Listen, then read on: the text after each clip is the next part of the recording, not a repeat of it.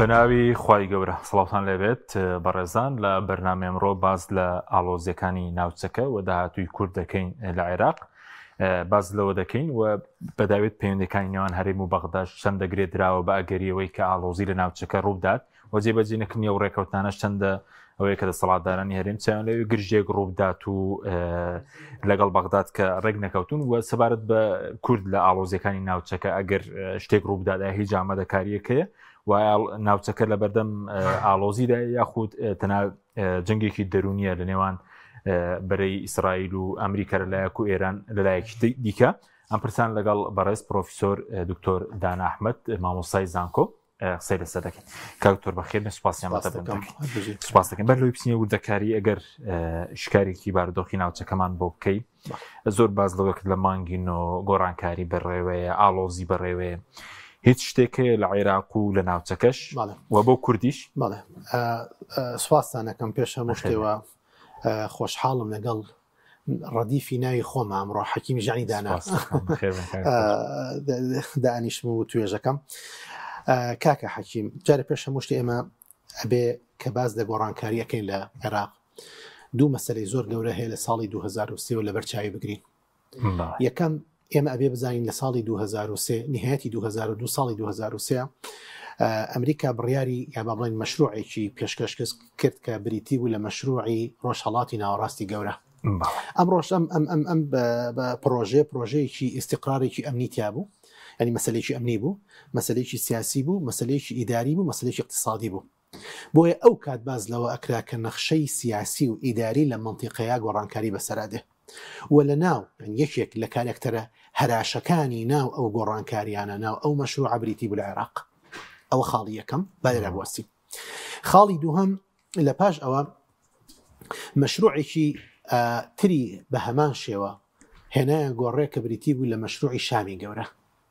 جارێکی تر مەشروعی شامی گەورە کە بە هەمان شێوە تەوحیدکردنی دیدگای سەربازی هەندێک وڵات بوو لەم لە ناوچەی ڕۆژهەڵاتی ناوەڕاست بە ناوی مەشروعی شامەوە. لە هەمان کاتە عێراق جارێکی تر کارێکتەرێکی گەورە بوو لەو مەشروعەیە. بۆیە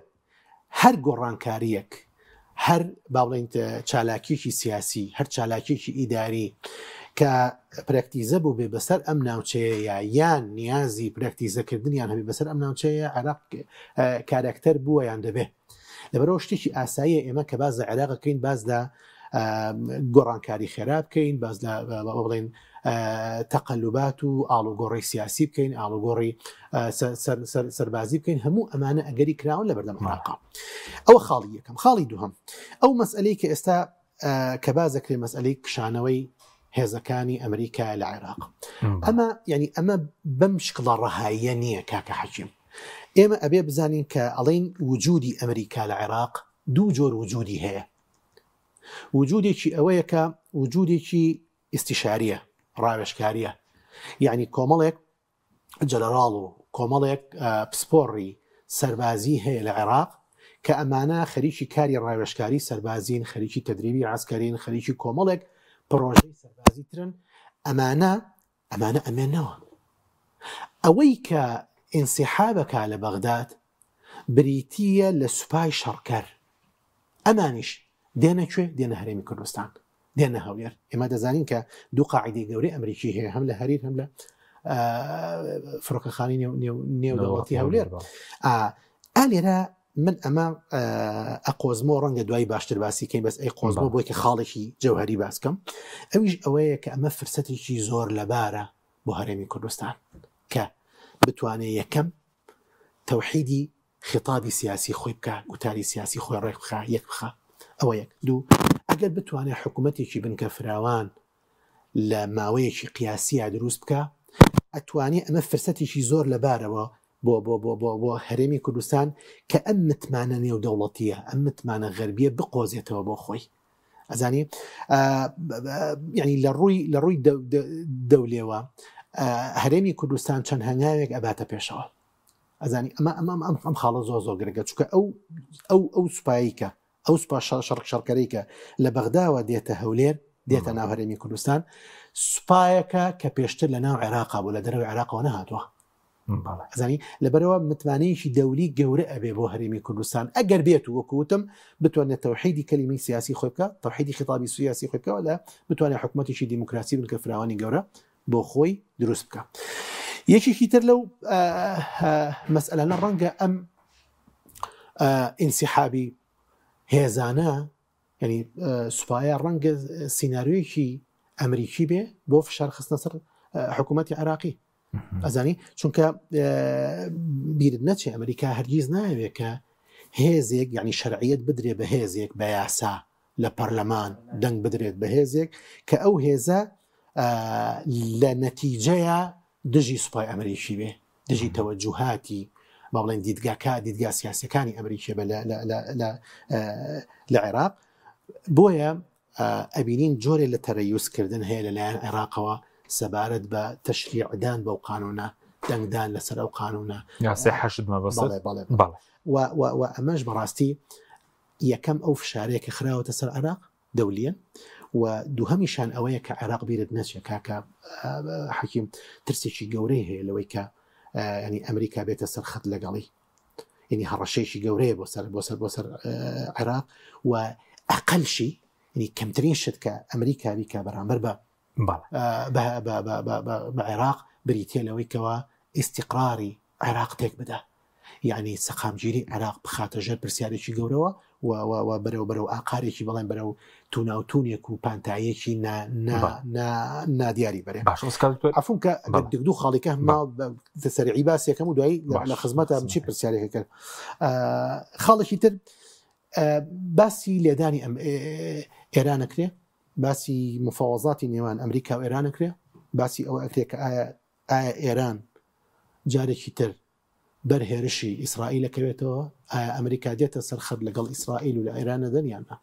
ئالێرە سێ خاڵی گرنگ هەیە ینی بە کورتێمێ باسی بکەم. خاڵی یەکەم بیرت نەچێت کاکە حەکیم ئێمە ئەبێ ئەوە لە بەر چاوی خۆمانە بگرین من یەکەم شەو یەکەم دقیقا کە زەنگی هێرشکردنە سەر ئێران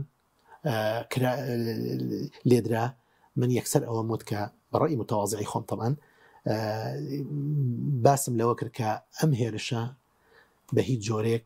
نیەتی گۆڕینی نظامی نییە لە ئێران بەڵکو نیەتی گۆڕینی سلوکی نظامی هەیە لە ئێران زانی ینی ئاقاری ئیشکردنەکەی شێوازی بەرەو ڕووبوونەوەکەی شێوازی کارکردن و دەوڵەت شاریکردنی لە ناو ئێرانە ینی کار لەسەر ئەمە کراوە کار لەسەر گۆڕینی ئەمە کراوە. ئەوە خاڵی یەکەم. بۆیە پێگەی سیاسی ئێران وەک جاران نەماوە بەینەما بێ پێگەش نەبووە بۆ چونکە نەڕوخە ئیسرائیل قەناعەتی وابوو کە ئێران ڕوخێ بەینەما نەڕوخە ئەزانی ئەوە خاڵی یەکەم بەڵام پێگەی لاواز بووە. بەڵێ خاڵی دوم ئەوەیە کە ئەمریکا ئەوێ کۆنتڕۆڵی تاقی نەوەوی ئێران بکە بێگومان ئەمەش بە چی ئەبێ ئەمریکا قەناعەتی بەوە هەیە کە فشار بخاتە سەر ئێران ئەزانی ینی قەناعەتی بەوە هەیە کە فشارێکی دەولی فشارێکی سیاسی گەورە بە هەڕەشەیە بە حساری اقتصادیە بە حساری نەوتە بە هەر کێ لەمانەیە کە ئێمە ئەزانی لە مقابلی ئەمانەشە ئێران پێی هەیە کە دیفاع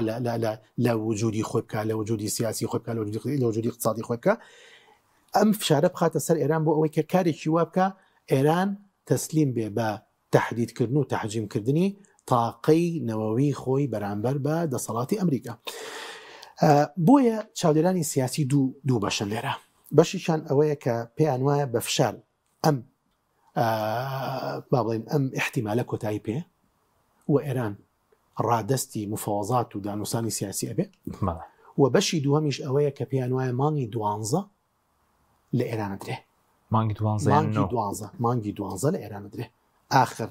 تەوەجوهی سیاسی چاودێرانی سیاسی پێ بڵێم کە پێیان وایە مانگی 12 لە ئێران بەڵێ مانگی نوۆشە بوو ئەی و مانگی نوچێ بۆ عێراق بۆ نمونە باسی کشانەوە هێزەکانی ئەمریکا خۆی ڕێکەوتنێکی ئەمنی هەبوو کە لە 2021 واژۆ کرا لە ڕێکەوتنی چوارچێوەی استراتیجی ئاسایشی عێراق و ئەمریکا ساڵی ڕابردوو لە مانگی نۆ ڕێکەوتن کە لە مانگی نوێی ئەم ساڵ عێراق بکشێنەوە ئەو بێسە باسی عین سەر دەکرێت لەگەڵ ڤیکتۆریا ساڵی داهاتوو لە هەرێمیش بکشێنەوە خۆی ڕێکەوتنەکە وایە ئەمە بڵێن شتێکی سروشتێ یاخود وەکووتم ئەمانە پەیوەندی بەوەی بارگژی لە ناوچەکە هەیە یاخود جێبەجێکردنی ڕێکەوتنەکەیەوە خۆی کاکە حەکیم باسی هەردوو بەرەکە بکەین باشە بەری ئەمریکی چۆن ئەڕوانێتە حەشدی شعبی وەکو جارە پێشەم شتی ئاماژەیەکم پێکرد کە ئەمە نایەوێ هێزێکی وا بوو ژمارەیان زۆرە تەمانە 230,000 لەبەرەوە ینی هێزێکی گەورەیەگەر بێت و ئەگەرێت و بکرێ بە هێزێکی یاسایی و تەوەجوهی سیاسی لەگەڵ غەربانە بێ لەگەڵ ئەمریکانە بێ کاری سەرێتەوە خۆ دەزانی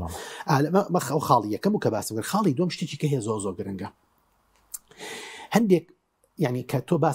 باز لە ڕەهەندی سیاسی ئەەکەی بێ باز لە ڕەهەندی با بڵین بنەمای دامەزراندنی یا با بڵین دافع چی بووە بۆ دامەزرانی حەشی شعبی لە کاتی خۆیان ئێمە ئەزانین لە سەردەمی ڕوبەڕووبوونەوەی سوپای عێراق لەگەڵ داعشە بەڕێز نوری مالیکی بەڕسمی داوای لە مەرجع کرد کە سوپا تووشی شکستێکی گەورە بووە بەرامبەر بە داعش لەبەرەوە چۆن ئەمە چارەسەر بکرێ ئەوە بوو ئەوانیش ڕێگەیاندا بەوەی کە هێزێک دروست بێ بە ناوی حەشتی وەلائیەوە ئەزانی بەڵێ سەرەتانیانە حەشتی وەلائی دوای ناویانە جیهادی کیفائی دوای بوو بە حەشتی شعبی ئەزانی ئەم هێزە کە دروست بوو هی سەردەمانێک بوو کە با بڵین سوپای عێراقی تووشی شکست بوو بەرامبەر بە داعش ئێستا ئەمریکا پێی وایە هەلومەرجەکە گۆڕاوە یەکەم عێراق بۆ تەخاوەنی سوپایەکی بەهێز دوو ڕۆژانە ئۆپراسیۆنی گەورە ئەکاتژی تیرۆریستەکان لە عێراق سێ پەی بە چەندین موامەراتە بە هە لە ناو عێراقا هی دەستە و تاقمی جیاواز چوار ڕۆژانە چالاکیەکانیان نەبینین چالاکێ ئەمنیەکانیان نەبینی زەین لەبەرەوە پێی وایە کە دافعێک نەماوە بۆ ئەوەی کە ئەم با بڵێن حەشتی شعبیە کە وەکو حەشتی شعبی تەجویزی پێ بدرێت تەشریعی پێ بدرێت ئەی چی لێ بکرێ پێیان وایە کە بێ ئەمە بچێتە ناو چێوە وەزارەتە ئەمنیەکان باڵێ یعنی بچێتە ناو سوپای عێراقیەوە بەڵام شیعە با بڵێن ئێستا حالیان ترسێکی گەورەیان هەیە ترسەکە چییە پێیان وایە ئەگەر بێت و دستور بەڕێک و پێچی تطبیق بکرێ پراکتیزە بکرێ لە عێراقا وەزەمانی حقوقی ئەحزابی شیعە وە پێک هاتەوە قەوارە جیاوازەکانی شیعە بکرێ لە عێراقا ئەوە فعلا ئەوانیش ڕەنگە بیر لەوە بکەنەوە کە ئەم حەشتی شعبیە بەرەو پوکانەوە بەرن ئەگەر لە ناویشینە بن ئەگەر تەواویشینەکەن ئەوە یەک دوو حالیان هەندێک تەسریحم جوێ لەوێ بەڕاستی تەسریحەکان باز دەوا کە ئەڵێن چۆن کوردەکان پێشمەرگیان هەیە بۆ دیفاعکردن لە خاک و ئاو لە سنووری خۆیان قەیچێکە بە ئێمەش حەشتمان هەبێ بەینەمان دوشتە جیاوازە لەبەرەوەی کە پێشمەرگە لە ناو دستوری بناوی پاسەوانی سنوورێ بەڵێ لە ناو دستوری دەناو دستوری عێراقا تەسبیت کراوە ئەوە یەک دوو کە ئەڵین کوردستان هەرێمە زانی لەبەرەوە ئەم دوشتە جیاوازە و لە کۆتایە یەک دیاڕی کەژماوە گرنگە بەلامەوە بۆی کە لە فکرم نەچێتەوە ژەوەیە کاک حاجیم ڕەنگە ئەمە تەمریر بکرێ ینی ئەم قانونە وردە دوا بخرێ ئێستا کشاوە تۆ حکومەتی عێراقی کشاندویەتی لە پەرلەمان بەڵێ ئەنجامی سەر باسیەوەت بۆکەم دوای بخە نەکۆتای پێ بدەن دوا بخرێ بۆ دەورەی داهاتووی پەرلەمانی عێراق ئەنجا بۆ پرسیارەکەمێ بۆ نەک لەبەروی کە لادرێ بە تەواوەتی چاوەڕێی ئەوە ئەکەن ئەو ئیتیفاقی ئەکرێ ئەو سازانەی کە لە نێوان ئەمریکا و ئێرانەکرێت ئەگاتە کوێ تا چه مستەوایە گەڕا بەرەو کوێ ئەچێ ئەو کاتە ڕەنگە یاسای تەشریعدان بە حەشتی شعبی گۆڕانکاری بەسەرابێ ئەو کاتە کە گۆڕانکاری بەسەرهات بەپی ئیتیفاقەکەی نێوان ئێران و ئەمریکا بخێتە پەرلەمان و دەنگی لەسەر بێ بۆ دەورەی داهاتوو ڕەنگە عێراق بە بۆچوونی متەواضعی من ڕەنگە عێراق و هەندێک چاودێریانی سیاسیش پێیان وایە کە فعلا ئەم دواخستنە ئەم تەرەیوزکردنە عێراق لە پێناوی ئەوە بێت کە چاوەڕێ ئەو بکە ئایا ئێران و ئەمریکا بە چه ئاقالەکەن ئەو کاتە بڕیار بدا لەسەر ئەوەی کە ئایا بە تەواوەتی وەلای ئەنێ یاساکە یان ئەوە تا گۆڕانکاری تێئەکا یا ئەوە تا فعلا ئەو کاتە تونند و تۆڵی ئەو ڕێکەوتنامەی ئەمریکا و ئێران ڕێگە بەوە ئەدا کە دەنگی لەسەر بتات و بیکا بە هێزێکی مەشروع خۆی یاساشی هەیە ئێستا یاسای کۆنی هەیە 2016 کاتی خۆی یەکێتی و پارتیشەر دەنگیان پێداوەکو یاساکەی هەیەوە بەس دەیانەوێت زیاتر دەسەڵاتی زیاتر بێ هاوشانی وەزارەتی بەرگری بێت و سەر ڕاستەخۆ سەر بە فەرماندەی چەکدارەکان بێت و ئەکادیمیای سەربازیە بێت ئەبنە هێزێکی سەربەخۆ بەڵێ ئەبنە هێزێکی سەربەخۆ ئەگەر بە پێم یاسان ئەبنە هێزێکی سەربەخۆ ئێستا زەحمەت باش بەزۆ کوشانەوەی ئەمریکا بەپێی ئەو ڕێکەوتن ئەمنیە کە دەبێت مانگی ئەیلولی ئەم ساڵ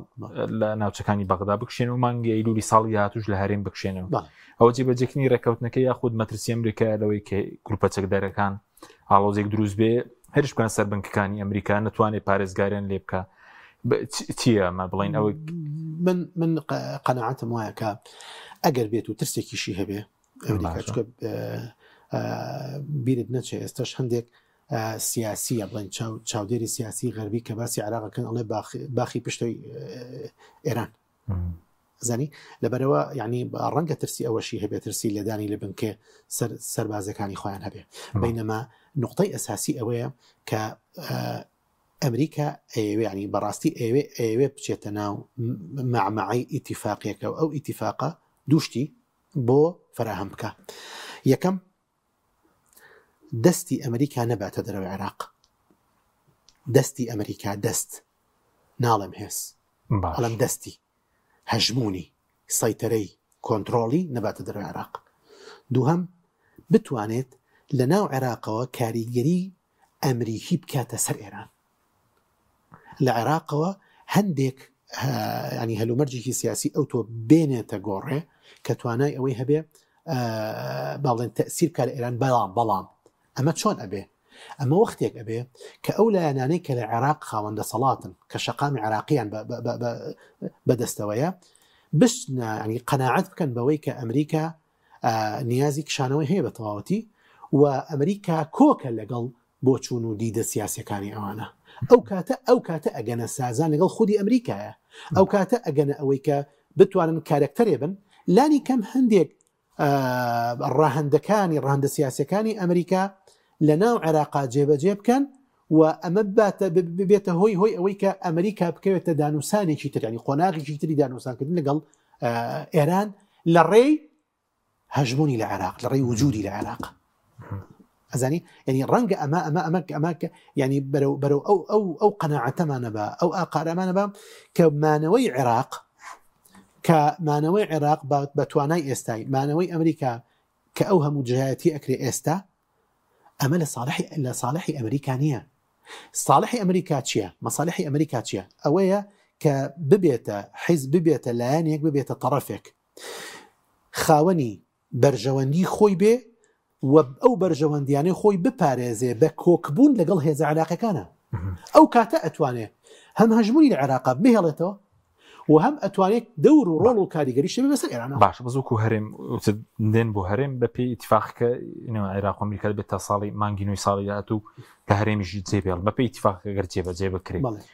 بەڕێز دۆکو دەرفەت دەیبینی بە سندێک وەکو مەترسیش دەیبینن سەبەونەمەە بەهۆیەوە گەر ئاڵۆزەیەک ڕووبدا دووبارە هێرشی درۆن هەبێ و سەرناوچەکانی هەرێم میشمان کات خۆی کە ئێران هێرشی موشکی کرد سەر هەولێر ئەمریکیەکان وتیان نەهاتۆ یعنی ئاراسی ئێمە نەکراوە ئەو وەڵامەکەیان بۆ هێرشی موشکی ئێران لە 2022 یعنی با عفوون کە قسەکەت پێ بڕم ئەوان ئەو کاتە قەناعەتیان وا بوو کە عێراق دەوڵەتێک خاوەنی سیادی خۆیەتی دەبێت عێراق خۆی وەڵام بداتەوە ئەزانی ینی ئەوان ئەم ئەمریکا قەناعەتیان وا بوو کە ئەم هێرشە نەکراوەتە سەرەوان ئەیکراوەتە سەر چێ سەر هەرێمی کوردستان لەمی کوردستان چێ سەر بە عێراق کەوات ئەی باشە عێراق خاوەنی دەوڵەتی سیادی ینی خاوەنی سیادی خۆیەتیانە خاوەنی سەرۆری خۆیەتی لەبەرەوە عێراق بێ وەڵامی هەبێ بووی نەک ئەمریکا هەمیشە تەماشاکە کاکە حەکیم عفوون کە خوا پرسیارەکەم پێ بڕێ هەمیشە تەماشای ئەوە کە بگەڕێرەوە بۆ مێژوو بگەڕێرەوە بە دوای 1960 ئەوانە ئەزانین بگەڕێرەوە بۆ 1934 بگەڕێرەوە بۆ 48 بگەڕێرەوە بۆ 52 بگەڕێرەوە بۆ 68 ئەزانی هەمیشە و تەواجودی غەرب تەواجودی ئەمریکا لە عێراق کە مێژۆ خوێنی تۆ ینی هەموو شتەکان دووبارە بنەوە ئەزانی التاريخ يعيد نفسه يعني هەمیشە ئەوە ئەبینیتەوە کە ئەمریکا ئامانجی لە هاتنی خۆیەتی نەک ئەو میلەتێکە چۆتە ناو خاکیەوە یعنی ئەبێ ئێمە کاکە حەکیم باشە بەس بۆچی لە هەرێمە بۆچی لە عێراقشە بۆ نمونە مادە حەکیم بۆ لە ناوچەکەیە ئەتۆ عفوون کە بە ئەم قسەیە بکەم ئەنجا بەسەر چاوەڕامی شدەیەمەوە ئەبێ ئێمە وەکو میلەتی کورد ئاوا بیر لە ئەمریکا بکەینەوە. نابێ بڵێن ئەمریکا دێ بهاتۆ بۆ پاراستنی کورد، کاکە بۆ ئەمریکا بە پاراستنی کورد نەهاتووە. ئەمریکا بەرژەوەندی خۆی هەیە، ئێمە ئەبێ بچینە ناو چوارچێوەی بڵێ ئیتاری ئەو بەرژەوەندیانەی ئەوەوە بۆی ئێمەش بپارێزین لەگەڵەوە. ئەزانی بۆی بتوانین هاوکاریەکی ئێمە بکە، بۆ ئێمە بتوانین بەشێک بین لە تەڕەفی جێبەجێکاری سیاسەتی ئەمریکا لە عێراقا، و ئەو بەرژەوەندیانەی ئەمریکا ناکۆک نەبێ لەگەڵ ئێمە، چکە ئەگەر ناکۆک بێ لەگەڵ ئێمە زەرەری گەورەکەین کاچ خۆ بەداخەوە ئەنی بیرکردنەوەی ئاوانە. ئێمە قەناعەتمان بۆی ئەمریکا ئەبێ بێ بمان پارێزێ و دژی هێرشەکانمان بێ و چوزانم نێڵێ کەس قەچ بخاتە وڵاتەکەمانەوە دژایەتی ئەوانە بکە کە دژایەتی شتیوانیە لە دنیا کاچ خۆ بڕۆ مەژوو بخوێنەرەوە. قەت ئەمریکا شتی ینی کارکتەرێکی لەو جۆرە نەبوو لە هیچ وڵاتێکە. بەعکسەوە ئێستا سیاسەتی ئەمریکا بەرەو هینێگە چێ با بڵێ بەرەو ئاقارێگە چێ کە ڕخنەی گەورە گیراوە لە سیاسەتی بڵاوکردنەوەی جێشی ئەمریکا، هەڵڕژانی جێش لە ناو هەموو وڵاتانە. ئێستا ڕخنەی گەورە هەیە لەسەری حەزەکەم پێت بڵێم ئەمریکا ئێستا لە قۆناغێکە کە نیەتی ئەوەی هەیە خۆی کۆکاتەوە خەرجەکانی شکەم بێگومان زۆر لە ناحیە اقتصادی زۆر گەوری کرد. بەس بۆچی هاتنە عێراق هیچیان بەستین بۆ لە عێراق بۆ لە ناوچەکەن بەڵێ مەسەلەی ئەمنێتی وزە و ئیسرائیلیشی تێدایە بێگومان شتێکی زۆر گرنگە بیزانین. ئەوش ئەوەیە یەکەم هاتنی ئەمریکا بۆ عێراقیا پێلێنەبڕینی ئەمریکا بۆ عێراق تازە نییە. ئەمریکا لە 100 ساڵ پێش ئێستەوە ڕۆڵی هەبوو لە تەقسیمکردنی ئەم وڵاتە، لەو کاتەوە نەچوتە دەرێ لە وڵاتە و لەو کاتەوە چاوی لەسەر ڕۆڵی هەبوو لە سایکزبیکۆ چۆن ئەمە خاڵی دووەم. هەموو وەختێک ئەمریکا کە فرسەتێکی بۆ هاتبێتە گۆڕێ بۆ ئەوەی کە بێتە خاوەنی بەرژەوەندی لە خاکی عێراقا کردنی لە دەستی خۆی نەدا و دوور نزیک. خاڵی سێهم بەشێکی گەورە لە تەواجودی فعلی ئەمریکا لە ڕۆژهەڵاتی ناوەڕاستە ئەو لەو جەبهەیە بینێتەوە کە لە خاکی عێراقە. هەرگیز ئەمریکا عێراق وەکو تەنها وەکو شوێنێک بۆ بەرژەوەندی نەوت و چوزانم غاز و ئەم شتانە تەماشا ناکە، وەکو مەوریدێکی اقتصادی بە تەنها تەماشا ناکە. ئەوشی تێدا اقتصادی کۆمپانیەکانیان زۆر دەگەڕێن. بەڵێ بێگومان، بەڵام وەکو چی تەماشایەکە؟ وەکو مەوریدێکی سیاسی گەورەی خۆی تەماشایەکە، وەکو تەواجودێکی فعلی گەورەی خۆی تەماشایەکە لە ڕۆژهەڵاتی ناوەڕاستە. ئەمریکا زۆر گرنگی بەوە ئەدا لە 80 ساڵی پێشوە زۆر گرنگی بەوە ئەداکە تەواجودی فعلی خۆی لە ڕۆژهەڵاتی ناوەڕاست و لە ڕۆژهەڵات بە شێوەیەکی گشتی پتە بکە، چونکە ئەو دەوڵەتانەی کە بە درێژایی ئەم 80 ساڵە بە ئەزمون دژی سیاست و دژی بەرژەوەندی ئەمریکا بوون هەمیان شەرقی بوون. لەبەرەوە تەواجودی ئەمریکا دەبێت تەواجودێکی عسکەری نەبێت بەتەنیا تەواجودێکی سیاسی. زۆر جارەوەی کە بەرز دەڵێ ئامانجە عسکەری و سیاسیە زۆر جار پێشتری بانگەشێو دەکات بۆ دێموکراسیەت و بۆ ئەوانێ مەدەبین کام وڵاتی دیکتاتۆر و پشگیری ئەوان دەکات بۆ نمونە لە ڕووداوەکانی غەزە بە هەمان شێوە لە وڵاتە عەرەبیەکان کەواتە حەکیم هاتینەوە سەر نقطەی ئەوڵ زانی ئەو نقطەی ئەوڵ ئەوەیە ئەو بە دووی بەڵێ ئەو وەکو بەدوک و بەرژەوەندی خۆی دێت ئێمە ئەبێک سوود لەو بەرژەوەندیانی ئەوە بگرین. باش بەزۆک و کورت یاخود هیچ ئەگەرێک هەیە ئاڵۆزی لە عێراق ڕووبدا، چونکە هەندێکی پێشبینەوە بوو ئاسی باڵاش قسە دەکرا مانگی نۆ ئاڵۆزی ڕووبدا بۆیە وای دابنێ ڕێک نەکەون لەگەڵ بەغدا لە بواری نەوت بێ بوارەکانی دیکە بێ. ئەوە چۆنە مەبەستی چێ ڕێنەکە کورت ڕێنەکە پێیان وا بۆ ئاڵۆزیەک دروست دەبێ ڕەنگە بۆ چینەنا بێ دەرفەتێکە بێ خۆیان نەوتەکە بەفرۆشتنەوە خۆیان ئیدارە بدەن. بەڵێ با باسی هەرێمی کوردستان بکەین. جارێ یەکەم پێش هەموو شتێ کورد هەتا تەوحیدی سوفوفی خۆی بکە مەسلحەتێتی کە ئێستانیە بەداخەوە ئەوە یەک. دوو هەتا تەوحیدی کەلیمەی سیاسی خۆی بکە مەسلحەتێتی، چونکە نەک دۆستی تۆ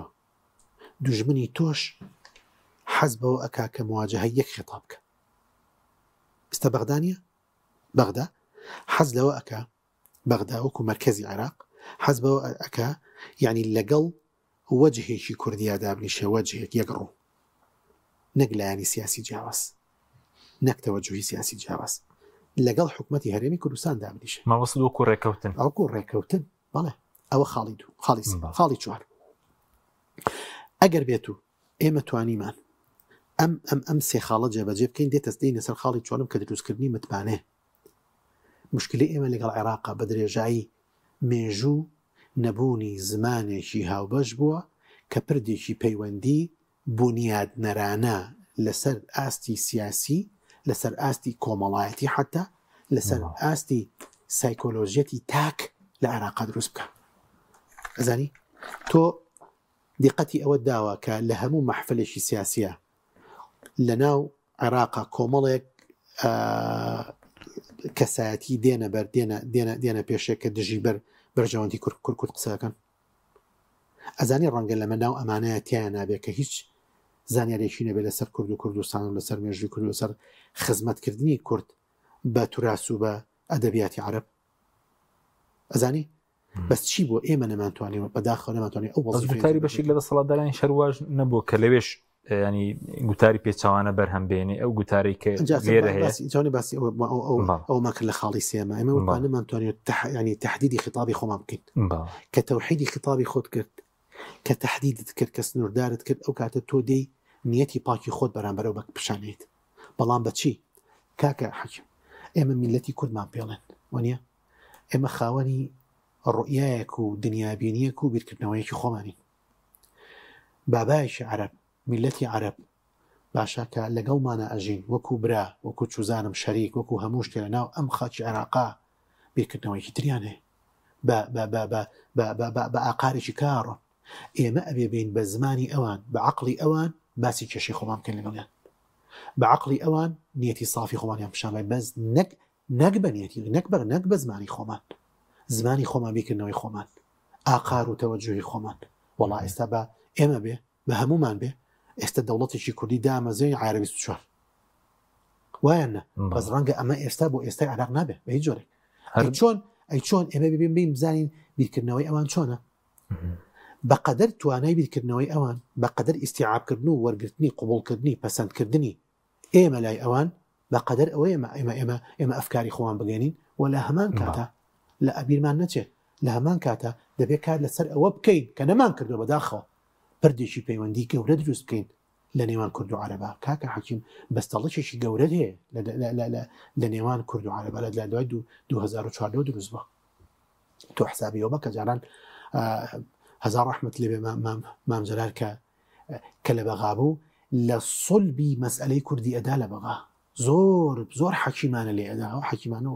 ئەوتم حەکیمانش دانایانەژە بێ زۆر حەکیمانە لێ ئەدا زۆر شارەزا بوو زۆر بەتوانا بوو کاکی خۆم بە عەقڵیەتی خۆیان تێگەیان کە ئێمە میلەتی کورچیمانەیە لە 2014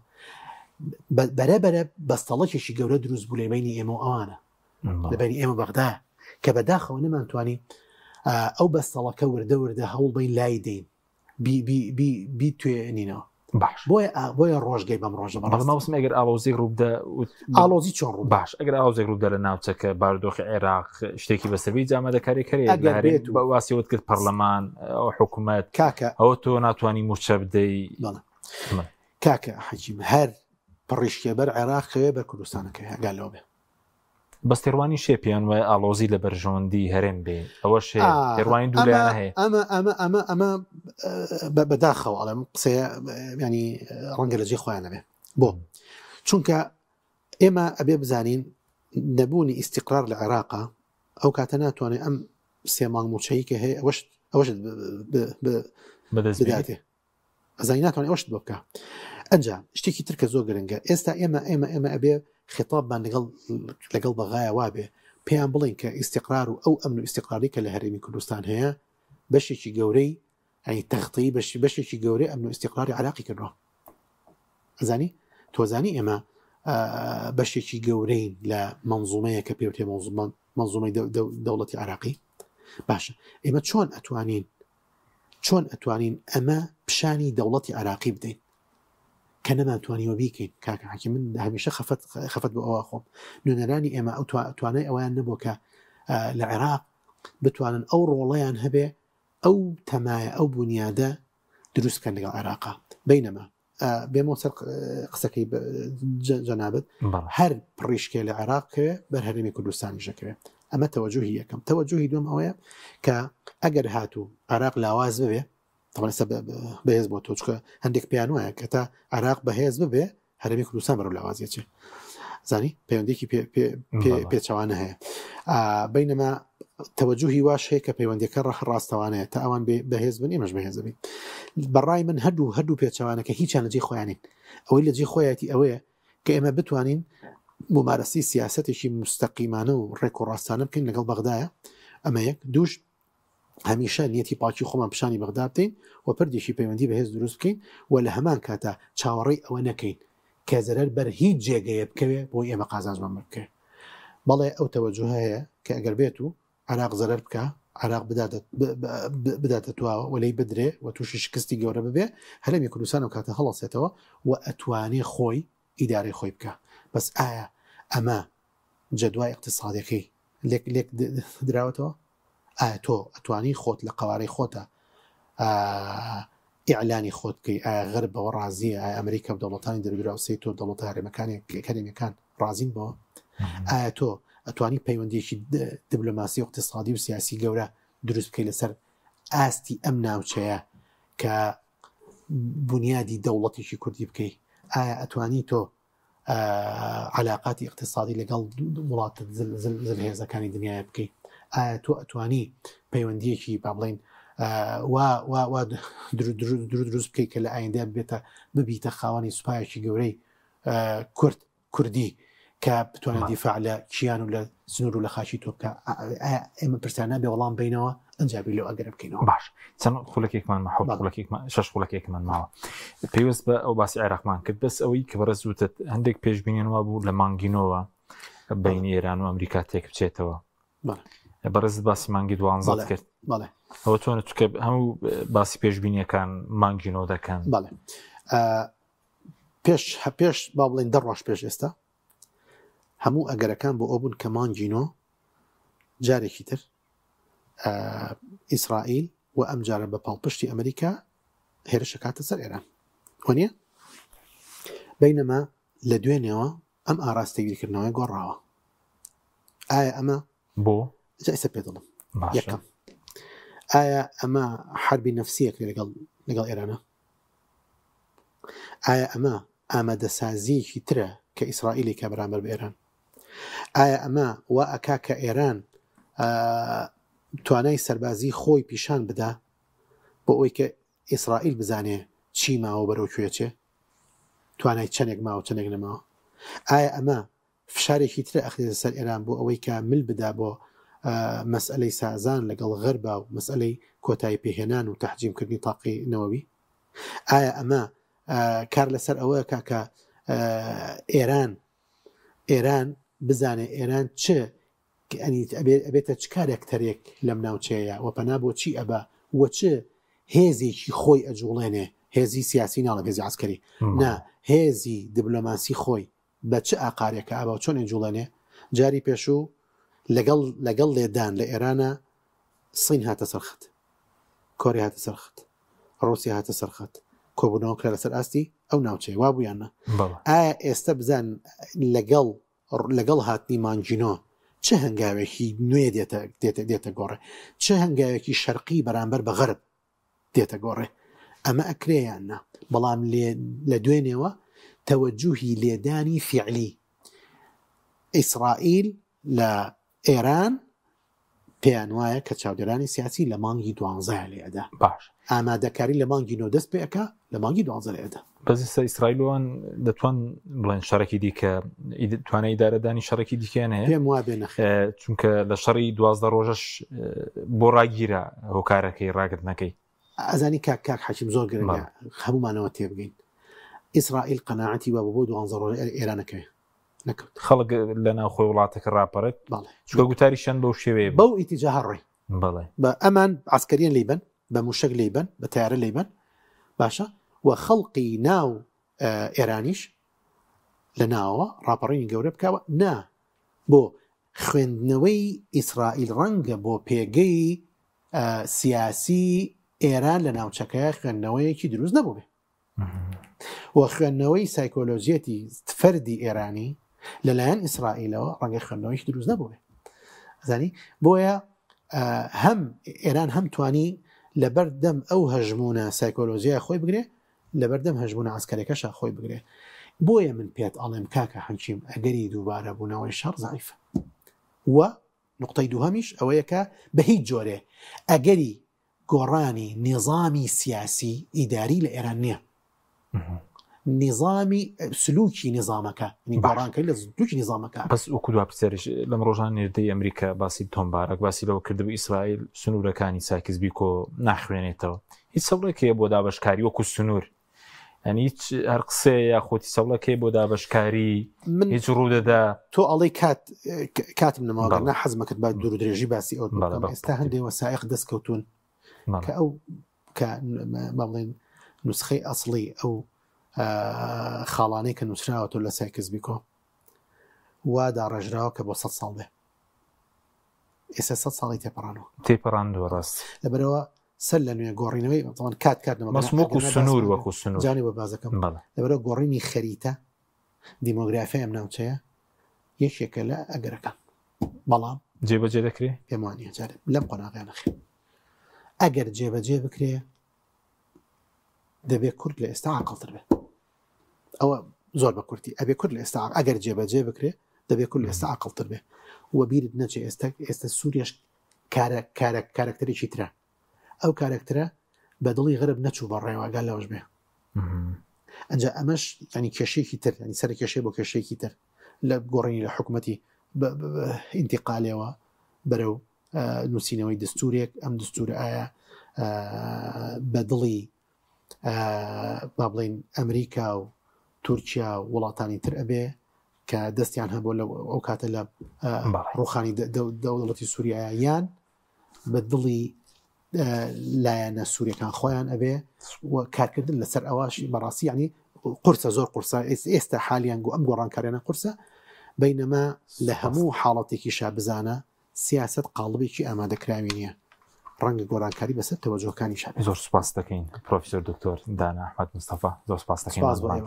سوپاس دەکەین سوپاس ببینەرانی بڕێز سوپاس باوکارانم خواتان لەگەڵ